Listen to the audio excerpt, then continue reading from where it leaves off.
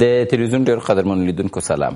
د روژې د لومړۍ ورځې مبارکي هم درته وایم، خدای دې وکړي چې دا روژه اطاعتونه او عبادتونه هم د خدای په دربار کې قبول شي او دا روژه په افغانستان کې د سولې روژه وګرځي. د روژې پر رسېدو سره سم په افغانستان کې بیا په کابل کې په غټو ښارونو کې په اتومات ډول باندې نرخونه لوړېږي. کوم مواد چې په بازار کې عرضه کېږي دا که مخکې له روژې نه په یو نرخ باندې خرڅېدل، د روژې په وخت کې او د روژې په دوران کې بیا نو چې اختر رانږدې شي بیا بیخي نرخونه لوړېږي. د روژې په دوران کې لوړ خرڅوي. که څه هم د اسلامي ارشاداتو په اساس باندې باید دلته دا نرخونه ټیټ شي، ځکه موږ هم یو مسلمان ملک یو، دلته زموږ تجاران هم چې دي دا مسلمانان دي او دغې مسلې ته باید ډېر پام وکړي، اما ډېره توجه نه ورته کېږي. حکومت هم هغسې نظارت په مارکیټ باندې نه لري چې دغو نرخونو د کنټرول لپاره کار وکړي. له بلې خوا څخه په دې وروستیو کې ډالر هم لوړ شوی دی، ډالرو تاثیرات هم دي چې نرخونه لوړ شوي دي.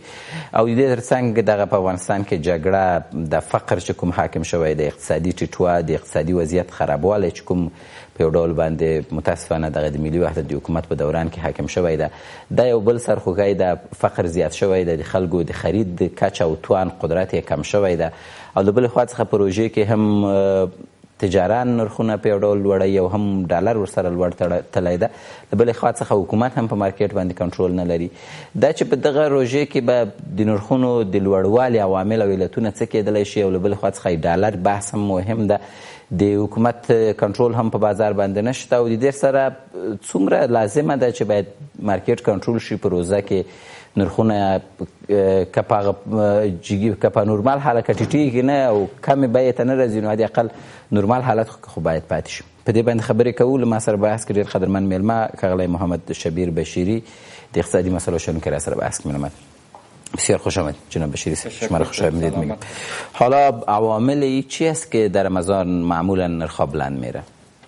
بسم الله الرحمن الرحیم. با سلام و ادب خدمت شما بیننده های بسیار خوب کابل نیوز، همکاران تکنیکی ما و مردم عزیز ما، و به امید یک ماه مبارک رمضان که حامی صلح و عزت مردم افغانستان شود و با برکت از این ماه مبارک رمضان که ما بتانیم یک آرامش نسبی و دائمی را در کشور خود تجربه کنیم و داشته باشیم. خب عوامل مشخص هستند که در بلند رفتن قیمت ها، به ویژه در اسپیشال اوکیژنز، مناسبت خاص، مکان خاص و زمان خاص، معمولا گرایش و تمایل که همو به اصطلاح ما تندنسی یا ترندز یا گرایش و تمایل به طرف کالاهای مشخص میتونیم داشته باشیم در مناسبت های خاص و به شکل اتومات، چون که یک مناسبت خاص است او باید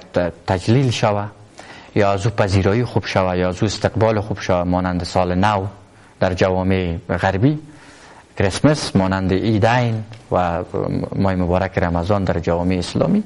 اینا هم اسپیشال اوکیژنز یا مناسبت های خاص هستند که باز گرایش و تمایل به کالاهای مشخص به منظور مصرف و به منظور تجلیل از روزهای خاص زیاد میشه. و بدون شک که کسی که در بازار تجارت میکنه، کسی که واردات صادرات میکنه، اونا خو کسایی هستند که شدیداً همی فرصت ها را مورد تحلیل و ارزیابی قرار میتن و دنبال یک فرصت هستند و از فرصت های خوب یک تاجر خوب باید استفاده کنه و بالای سرمایه گذاری کنه. بنابراین به عنوان یک فرصت از استفاده میشه و نرخ‌ها بلند میره. بلند میره به خاطر نرخ‌ها بلند میره. بدون شک یک عامل بسیار عمده، یک عامل بسیار به اصطلاح قدیمی این موضوع، یک عامل بسیار تاریخی موضوع بلند رفتن تقاضا هستند. ولی من یک چیز برای شما مثال میتونم، نه از کشور ما بلکه از کشورهای بسیار پیشرفته جهان. مثلا ایالات متحده آمریکا یکی از کشورهایی است که دولت ایالات متحده در بازار مداخله میکنه، به ویژه در کنترل قیمت ها. ولی متاسفانه ما که یکی از کشورهایی هستیم که در کاتگوری جهان سوم میریم، امی کنترل دولت، مداخله دولت و داشتن یک برنامه مدون به منظور مدیریت بازار در فاز هم کوالیتی کنترل، هم پرایس کنترل، هم به لحاظ کیفیت کنترل کنه، هم به لحاظ قیمت کنترل کنه، مواد بی کیفیت نبه.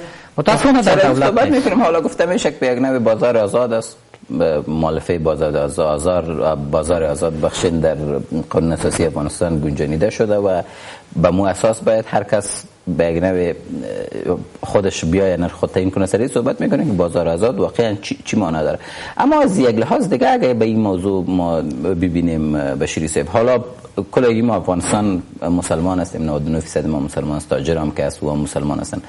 به احترام به ماه مبارک رمضان نرخ که بلند میره، فکر میکنین که طبیعی است که باید بلند بره، حق تجار است که باید این نرخ بلند ببره، و یا هم به یک نوع ظلم میکنه سر مردم بیچاره؟ نه خیر، این موضوع کنترل شدنی و مدیریت شدنی هست و این نه حق تاجر است که به شکل طبیعی بلند ببره و یک بحث تکنیکی وجود داره. زمانی که تقاضا بلند میره، ولی وقتی که شما در بازار و در استاک، ما در شروع صحبت‌ها خدمتتان عرض کردم که به یک بارگی میزان گرایش و میزان تمایل مردم به طرف کالاها زیاد میشه، کالاهای مشخص به ویژه.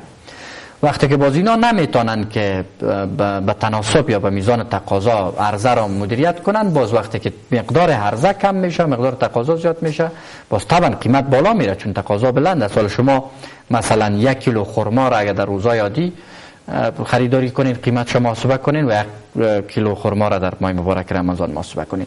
ولی در بحث اقتصاد بازار که شما حالا به نوعی بحث اخلاقی هم است که تجارت باید نرخ را بلند نبره.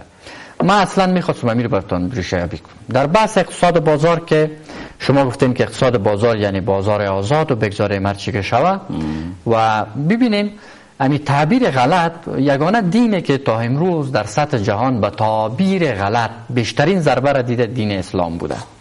یعنی اسلام عزیز به اندازه به تعبیر غلط ضربه زدن، به اندازه به اصطلاح معیسیتی را ضربه زدن که هیچ دین تا امروز در تاریخ بشریت با تعبیر غلط با ترجمه غلط ضربه نخورد. شما ببینید اقتصاد بازار هم در افغانستان ترجمه غلط نکنن، باید اگر ترجمه غلط کنن بسیار ضربه میخوره. ما بر شما پیش از اینکه سر اقتصاد بازار بیایم مثال ایالات متحده آمریکا را دادم. ناجی اقتصاد بازار، کانسپت اقتصاد بازار آمریکایی ها ایجاد کردن. اونا در امور بازار دولت مداخله میکنه، کوالیتی کنترل میکنه، کوانتیتی کنترل میکنه، پرایس کنترل میکنه، هم کیفیت هم کمیت هم قیمت. ما که یک کشوری که باز اینجا بحثی است که حکومت یا دولت ایالات متحده آمریکا حکومتی است که رقابت کرده میتونه. یعنی شما چرا خم میگین که افغانستان چرا خم مداخله کنه در بازار؟ میتونه مداخله بکنه؟ مثلا تجار میگه که من نمیفروشم میچیزه، حکومت باز برش یک بدیل داره؟ عرض ما خدمت شما چی است؟ وقتی که حکومت میخواد که در بازار به اصطلاح مداخله کنه و کنترل کنه قیمت ها را در بازار، خود اینمی رقابت سالم و اینمی فرهنگ ایجاد کردن رقابت سالم در بازار با کنترل مدیریت دولت به نفع کنزیومر یا به نفع مستهلک و به نفع مصرف کننده شما است. چرا است؟ به خاطر که در یک رقابت سالم شما یک بار این بازار از مونوپولی و انحصاری بکشین، شما یک بار این بازار افغانستان از انحصار یک یا دو قطب یا زاویه بکشین، خود به خود یک رقابت سالم وقتی که ایجاد در رقابت کیفیت بالا میره، قیمت پایین میره. این شرط رقابت. دائما باید حکومت هم رقابت بکنن. حکومت هم خود پتانسیل داشته باشه که بره طرف رقابت در بازار. اصلا وقتی که ما میگیم که یک قسمت از بسیار عمده کار یا مسئولیت به حکومت برمیگرده، باز اونمو کامپلکس است یا چارچوب است که چی باید حکومت بکنه؟ رقابت بکنه، سرمایه گذاری بکنه، بازار از مونوپولی بودن و انحصاری بودن بکشه. شما هر وقت که بازار انحصاری داشتین یا بازار دو قطبی داشتین که دو عرضه کننده بزرگ داشتین یا یک عرضه کننده بزرگ یا سه عرضه کننده بزرگ، بازی که بسیار مشکل است که قیمت ها کنترل شود یا مدیریت شود. زمانی که شما بتونین یک رقابت سالم در بازار ایجاد کنین، هم به نفع سکتور خصوصی و تاجر است، هم به نفع مصرف کننده. حالا فعلا انحصار از بازار در گرو دو قطب یا دو زاویه، اگر این از انحصار دو زاویه از گرو دو زاویه برای تاجرای دیگی که امروز منزوی شدن در انزوا قرار دادن، تاجرها هم توان میکنن، اونا مورد صحنه میشه که رقابت کنن و در رقابت کیفیت بالا میره، قیمت پایان میره. قسمی که اشاره کردم و در رقابت سالم بیشترین نفع مستهلک یا مصرف کننده. خب بشیری سه بحث در کجاست؟ مثلا شما بحث گاز، بحث تیل میکنین، این انحصار است در پیش یک یا دو نفر. اینا همش در افغانستان، آرد، گاز، نفت، این مواد که مواد اولیه اینا همش در افغانستان انحصار هستند و یکی از عوامل بسیار استراتژیک که بلند رفتن قیمت ها انحصاری بازار است. خب حالا این انحصار چگونه باید بشکنانیم؟ اونا مثلا میگن که ما قطع میکنم، آرد قطع میکنم، آرد نمیفروشم، در مارکت آرد عرضه نمیکنم، بیا یک تجار دیگه بیا آرد عرضه بکنه. نه، یک تجار به اندازه و قطب که شما تعریف کردین به اندازه و قطب قوی است و نه هم حکومت قدر مقاومت کرده میتونه و نه قدر ظرفیت داره که مقابله و رقابت بکنه با او آدم. یکی از وظایف بسیار اساسی حکومت به منظور اداره نظام که نظام از دستش داره، مثل امی شاریدگیایی که در تمامی امور و ابعاد شما احساس میکنین، این در حقیقت از دست نظام شما، از دست حکومت شما مدیریت خارج میشه. کنترل نمیتونه که یک قسمت از کار به اصطلاح از کنترل خارج میشه و میمانه و گدوت میشه و بی‌نظم میشه. یکی از وسایل بسیار استراتژیکی که حکومت در حالات امرجنسی مثل امی حال که شما حالت را مبارک رمضان یا ماه مبارک رمضان، حکومت کمک میکنه که دامیننسش داشته باشد، تسلطش در تمام امور داشته باشد. سبسایدی است.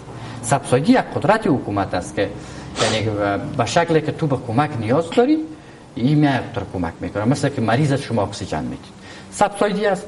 وقتی که تاجر بزرگ یا مو انحصار کننده بزرگی که یکی از این مواد اولیه شما را انحصار کرده عرضه نمیکنه و به شکل احتکار میکنه که خود هم از لحاظ شرعی و هم از لحاظ اخلاقی و فرهنگی حرام است و جواز نداره، بنان دولت زمینه را فراهم کنه برای کسایی که در انزوا قرار دادن، برای تاجرای کوچک و متوسط، اونا را سبسایدی کنه، حداقل اجازه بده که یک رقابت بالاخره در بازار ایجاد شه و بازار از انحصار برای. یعنی شما میگین حداقل که رقابت در بین تاجرین هم در مارکت حالا نیست. ما برای شما این در دو قطب یا انحصاری است که او را مونوپولی میگیم یا بازار دو قطبی است. مثلا دو قطبی بازار به این معنی که دو انحصاری بزرگ وجود داره. این دو انحصاری بزرگ با اونا با هم رقابت نمیکنه، اونا با هم تفاهم میکنن، اونا با هم هماهنگ هستند، در قسمت قیمت هماهنگ هستند، در قسمت کمیت هم در قسمت کمیت به لحاظ عرضه هماهنگ هستند، هم در قسمت کیفیت به لحاظ عرضه هماهنگ هستند، هم در قسمت قیمت. اما به اصطلاح گیم تیوری را با هم تطبیق میکنن. اما گیم تیوری نوع یک تیوری اقتصادی است که با شما تلاش میکنین که استراتژی را به کار ببرین که بیشترین مزیت نسبت به رقیبتان به دست بیارین. باز اینا با هم هماهنگی میکنن که استراتژی را به کار ببرن که 50-50 شود، اما مزیت 50% به دست بیاره 50%. این دو انحصاری بزرگ شما با هم هماهنگ هستن و رقابت نمیکنن. یعنی پس به این لحاظ تجارت هم رشد کرده نمیتونه، مارکت هم رشد کرده نمیتونه. تجارت افغانستان در 1.5 دهه بسیار زیاد رشد کرد، رشد بسیار خوب داشت نسبت به سکتور صنعت، زراعت و خدمات. ما سکتور تجارتی ما رشد بسیار خوب داشتن. همین سالانه ما 8 تا 10 میلیارد دلار واردات داریم، رسمی و غیر رسمی. این خود نشان میده که روند بسیار خوب تجارت در افغانستان جریان داشته. چون ما کشور مصرفی هستیم، بیشتر از 85 تا 90% ما کسر بیلانس تجارت داریم. روی از این ملحوظ روند تجارت به شکل نرمالش پیش رفته. ما تجارت‌های کوچک و متوسط بزرگ داریم. بیشتر تاثیر که میگذاره بالای قیمت‌ها تجارت‌های بزرگ میگذاره. درست. به بحث دلار چطور است بشیرسه؟ به دلار هم بلند رفته یا هم سرنرخ‌ها تاثیرات خود داره دیگه؟ بدون شک. من قسمی که اشاره کردم 8 تا 10 میلیارد دلار افغانستان سالانه واردات میکنه. یعنی به این معنی است که از سوزن گرفته تا اما چرخ بالایی رو که ایالات متحده آمریکا، یعنی از توپ تا سوزن که به اصطلاح عام میگیم، اما چرخ بالایی رو که ایالات متحده کمک میکنه کلش ما به دلار میخریم. یعنی سالانه 8 تا 10 میلیارد دلار از افغانستان خارج میشه، در بدل از او آرد و روغن و برنج و لباس و از این چیزا میاد، آیفون و نمیفهم چیزای تکنولوژیکی. این وقتی که ما او رو به دلار طبعا که به دلار خریداری شو، وقتی که نرخ دلار بلند بره و اینا دوباره به افغانی کنورت میکنن، این تفاوت از او بالای همون جنس یا کالا اون اضافه میکنه که قیمت جنس یا کالا در بازار شما بلند میره. یک عامل بلند رفتن قیمت هاست، ولی خود از این که دلار چرا بلند رفت، نرخش در مقابل افغانی بلند رفت یا افغانی کاهش پیدا کرده ولیوش در مقابل دلار، مهمترین عامل از او در افغانستان یک عامل بسیار پاپولار یا مشهور است که او عبارت از عامل ثبات سیاسی است. هر کشوری که ثبات سیاسیش متزلزل باشه، نرخ پولش در مقابل دلار تنزل پیدا میکنه. کلدار هم کاهش یافت. کلدار یک کشوری هستند که اونا با قضیه از اونها متفاوت است. اونها یک کشور صنعتی هستند، صادرات به خاورمیانه دارن، به اروپا دارن، به آمریکا دارن. برای اونها قدر زیاد متضرر نمیشن چون صادراتی هستند. مثل چین شما گفتیم که یگانه عاملی است که افغانی ارزش خود در مقابل دلار از دست داد، ثبات سیاسی وجود نداره. بله. پاکستان چی است که باز اونجا ارزش کلدار؟ پاکستان اقتصاد واقعی داره. پاکستان صادراتی است، پاکستان صنعت داره. او به شکل یک اقتصاد واقعی کلدار در مقابل دلار حفظ کردن. یعنی فعلا $1 که 100 چند کلدار میشه، اونو خود نشان دهنده اقتصاد واقعی پاکستان است. نه ولی کاهش یافت، کلدار در مقابل دلار کاهش یافت. کاهش هم پیدا کنه. از افغانی که خیلی زیاد کاهش یافت، یعنی بسیار از سابقه بود. عرض ما چی از خدمت شما، هر قدر که شما امی که پول افغانی در مقابل دلار ارزش بیشتر، ببخشید در مقابل کلدار ارزش بیشتر داره، این نشان دهنده قوت داخلی، اقتصاد داخلی و ثبات و مدیریت ما نیست. این نشان دهنده حضور ایالات متحده آمریکا، جمع دو بلاک اقتصادی ژاپن و اتحادیه اروپا هستند. از پاکستان ارزش پولش در مقابل دلار نشان دهنده اقتصاد واقعیش است. او واقعا صنعت داره، زراعت داره، خدمات داره، واقعا کار میکنن، تولید میکنن. او به حساب واقعی است. این برای ما یک چیز تمثیلی، یک چیز مصنوی است. شما اگر به مجرد که بیارین اتکای پول افغانی را بالای اقتصاد واقعی افغانستان، $1 مساوی به 700 افغانی میشه. چرا که ما نقطه اتکای اقتصاد داخلی نداریم. اقتصاد افغانستان نقطه اتکایش کمک‌های بین‌المللی است. ما بیشترین فیصدی جی دی پی خود مصرف ارتش میکنیم، با وجود از او که اگر کمک‌های ایالات متحده آمریکا نباشه، دولت افغانستان نمیتونه که کاست جنگ یا هزینه جنگ ها را در افغانستان بپردازه. بنابراین ما اقتصاد واقعی نداریم. اقتصاد ما وابسته به کمک‌های جامعه جهانی است. وقتی که کمک جامعه جهانی وابستگی داره با اقتصاد ما، پول ما با قوت جامعه جهانی نسبت به کلدار ارزشش بالا. و به خاطر ارزش پول چیزی صورت هم نگرفته در 17 سال. نه خیر. ما اگر می‌خوایم که پول افغانی را برای پول افغانی اگر ارزش واقعی داخلی را بتیم که بعضی به اصطلاح دریم برای یک نوع دریم است، همین ارزشی که فعلا پول افغانی داره، یک نوع خواب خیال است. ما باید اقتصاد افغانستان را تعریف کنیم که ما اقتصاد زراعتی هستیم، صنعتی هستیم یا خدماتی هستیم. بعد بالای از همون سکتور ما سرمایه گذاری کنیم، بیشترین انرژی خود سوق بدیم که در اون سکتور ما دارای مزیت شویم. سپس باز ما میتونیم که نقطه اتکای اقتصاد افغانستان را در داخل افغانستان سوق بدیم و بعد از انجام دادن یک سری کارهای استراتژیک، جلب سرمایه گذاری ها و ایجاد تولید و سرمایه گذاری کردن در داخل افغانستان و گری دادن نقطه اتکای اقتصاد افغانستان در داخل افغانستان و بعض مسائل دیگه مثل ثبات سیاسی و امنیتی و غیره، باز او وقت میشه که محاسبه کنیم که باز $1 در مقابل افغانی چقدر ارزش داره. ولی مطمئن هستم که چون ما از صفر شروع میکنیم، شاید $1 اگر به شکل بسیار استراتژیک عمل کنیم، نه به شکل که امروز عمل میکنیم که زیربنایی سرمایه گذاری ها را داشته باشیم، شاید $1 از ابتدا شروع کنیم 150 افغانی باشه. خب حالا این کارا صورت نگرفته در 17 سال گذشته؟ اصلا این کار صورت نگرفته. نه زیربنایی سرمایه گذاری داریم، نه نقطه اتکای اقتصاد داخلی داریم. پاکستان مثال بسیار خوب است. شما و ما بر پاکستانیا میگم بسیار خوش باشن که $1 100 چند کلدار است. هم صادراتی هستن، سالانه حدود 12-13% صادرات به ایالات متحده آمریکا دارند و هم اقتصاد واقعیشان، قوت اقتصاد واقعیشان است، هم 110 کلدار در مقابل $1. و ما هیچ فقط حضور سه بلاک به لحاظ سیاسی، اقتصادی و اجتماعی پول شما را حفظ کرده. اگر نه یعنی چیز دیگه نیست که ما یک بیانیه اتکای داشته باشیم. ما بحث ما است که حکومت، حالا حکومت رئیس جمهور غنی که آمد، اینا گفتن که ما خیلی اقتصاد محور هستیم، ما به مسائل از دید اقتصادی میبینیم و اینجا مسائل زیربنایی را انجام میدیم. فکر میکنین کار صورت گرفت در عرصه بالاخره اون ارزش واقعی افغانی بجا شد، کارهای استراتژیک و زیربنایی صورت گرفت یا خیر؟ در قرن 19 در همین حالتی که ما قرار داشتیم اروپا قرار داشتن، همین سیاستمدارایی که ما داشتیم در قرن 19 اروپایی‌ها داشتن یا در اوایل قرن 20 در شروع انتخابات میگفتن که ما این کارا میکنیم و کارا میکنیم، باز نمیتونستن چون که منابع نداشتن، برنامه نداشتن. همین وضعیت اروپا داشت. همون سیاستمدارایی که مثل ما داریم که ما اقتصاد محور هستیم و ما چون متفکر هستیم و دکترای اقتصاد داریم، باز 54% مردم زیر خط فقر میرن. امروز اروپا تغییر کرده، میبینین در اروپا سیاست هم صادقانه انجام میدن. یگانه مشکل ما است که ما سیاست صادقانه انجام نمیدیم و سیاست به عنوان یک وسیله فریب و پاپولیستی استفاده میکنیم تا که به هدف برسیم. وقتی که به هدف رسیدیم هم درست است، از هر وسیله استفاده میکنیم خود به هدف میرسونیم. باز در هدف که رسیدیم باید یک کار درست خوب کنیم، ولی اونمو هدف وسیله منفی وقتی که در هدف رسوندیم ما باز در هدف هم کار مثبت نمیکنیم. اصلا اگر ما بخوایم که مشکل اقتصادی را در افغانستان حل کنیم و فقر مدیریت کنیم و بیکاری را مدیریت کنیم و رفاه را برای مردم احاطه کنیم، در 5 سال این امکان نداره. در یک دوره یک ریاست حداقل شروع باید میشد. شروع در کجا شما مرد نشان بدید؟ 54% زیر خط فقر که مردم افغانستان قرار دارن.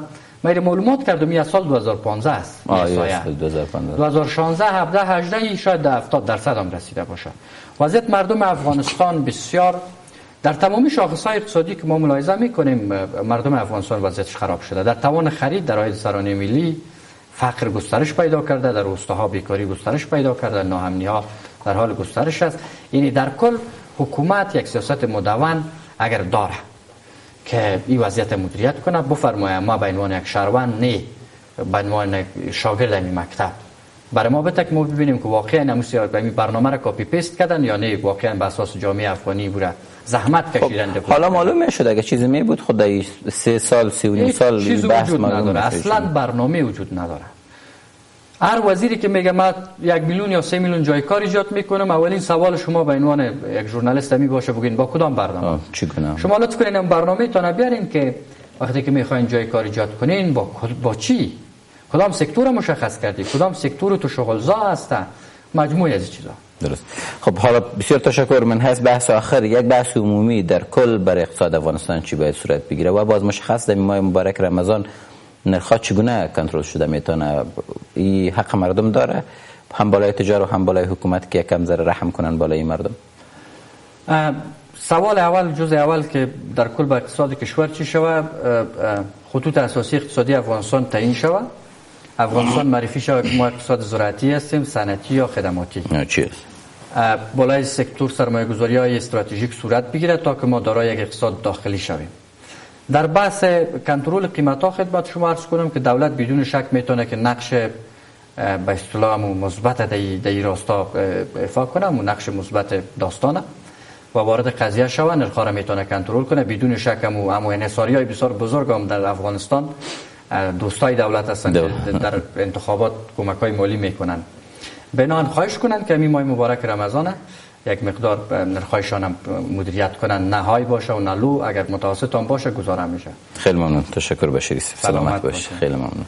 قدرمن اولیدونکو ستاسو لمالتیا مننه کوو خبرونه مو پای ته ورسېدله. تر بیا مال عمل شي.